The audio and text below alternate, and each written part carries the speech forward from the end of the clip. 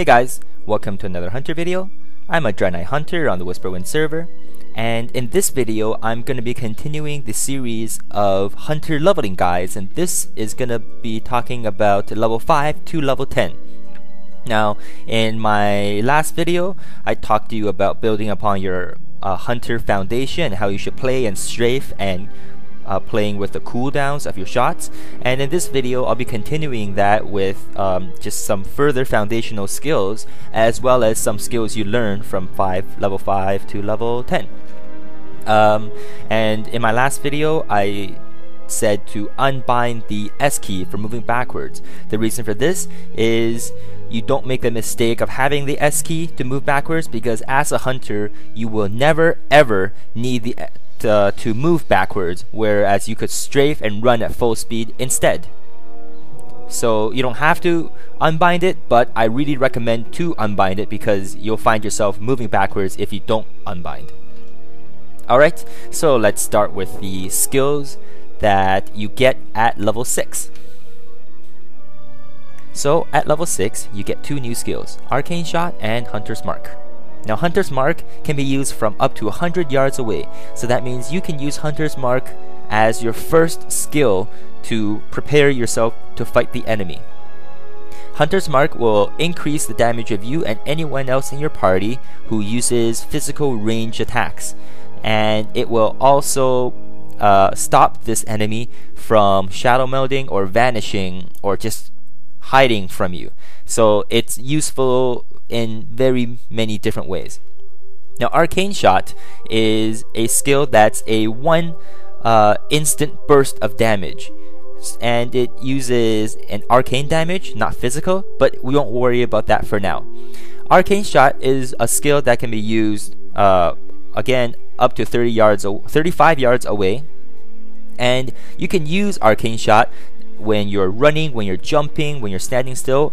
As long as you're facing the enemy and within range, you can use Arcane Shot. And so we can use that to our advantage while kiting. So now the routine of kiting would be to Hunter's Mark, and then Serpent Sting, and as Serpent Sting goes off, so does one of my auto shots. And then I start running to let my auto shot cool down, start engaging, and then while I'm still running I press Arcane Shot while I'm running, and once my global cooldown of auto shot is done, I stop and pop the next auto shot, and then I continue this repeating this what's it called, a rotation until the enemy is dead. So Hunter's Mark, Serpent Sting, auto shot, run. While running, Arcane Shot, then stop, auto shot, auto shot, auto shot until the enemy is dead. So practice this, as you'll need it later on too while you're leveling.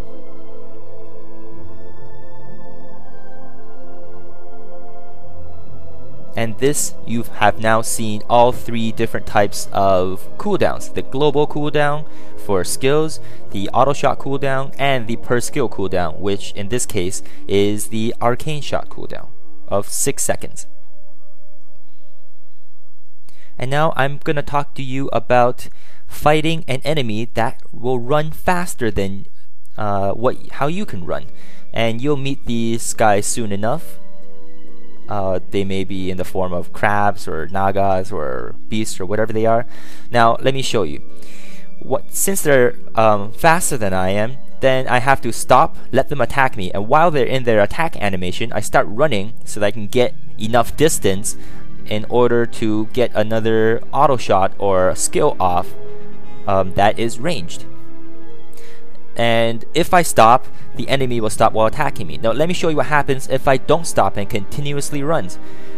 See how the enemy starts attacking me, but they don't stop to attack me. They just continue running and attacks me, and that means it's harder for me to get out of range of the person. So I have to stop, let them attack, and then run away, and that animation will keep them in place for a quarter of a second so I can run away and get my shots off. Now, once you are level 8, you will get a few new skills. You are going to get Parry and Concussive Shot. Now, these two skills are crucial to your hunter from here on out. Parry is another form of defensive ability, where if you have a melee weapon, they can parry other melee attacks incoming to you. So it's another form of defense. And Concussive Shot, when you use it, it slows the enemy by half for a few seconds. And what that means is, now doesn't matter if an enemy is within your level and you are far enough away, doesn't matter how fast they run, as long as you have Concussive Shot, then they should never touch you. So this is what you should be practicing right now. So I have an enemy, I shoot it, Serpent Sting, Auto Shot, Arcane Shot, Concussive Shot, and then when my Concussive Shot is on, I gain more distance away from the enemy, and then I continue shooting them until they go down. So now I tell you guys to strafe instead of moving backwards, but you might be wondering why I say strafe instead of turning around and just running. Well, that's because if an enemy hits you from behind, they have a default percentage of dazing you so that you run slower, and it will also dismount you if you are on a mount. But if you are strafing them, you are still running away at full speed while still attacking them. Now there's 3 reasons why I say strafe, and you have to face the enemy while strafing. 1 is you won't get dazed, as I explained. 2, you will continue to attack the person, whether they are too close and you use your melee weapon, or they're far enough that you can use your ranged weapon. And the 3rd reason is that you could still have defense, such as dodge and parry while you're facing them, and if you are turned away from them, then you have a lot less of that dodge and parry.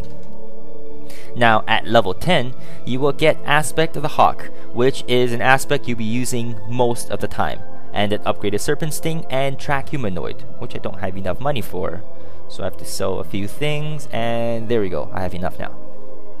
Now, Track Humanoid, another version of tracking. Instead of humanoid, or instead of beast, it's now humanoid, which is very useful for finding people or for finding other forms of quest mobs.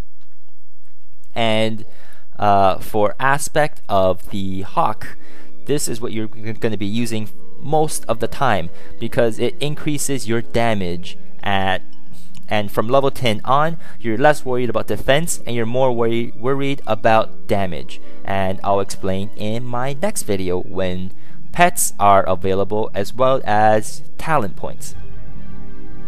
And so now I am in an inn, and as you see to the top left corner, I have ZZZ next to my name, or next to my picture.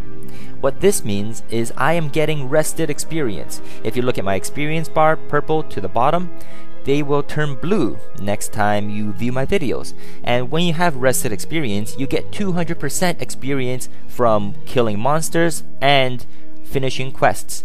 And so that means you gain experience twice as fast. Now there's 2 ways to gain rested experience. One is to log off. The second one is to be in an inn. And I'm going to make this in my home so I can always come back to it. And there's another way to gain even more. That's to log off inside an inn, and you get a lot more rested experience doing this. So every time I log out, I'll hearth back with my hearthstone, and then log out, and when I come back, I get a lot more rested experience, so I can level up a lot faster. And so that's it for this video.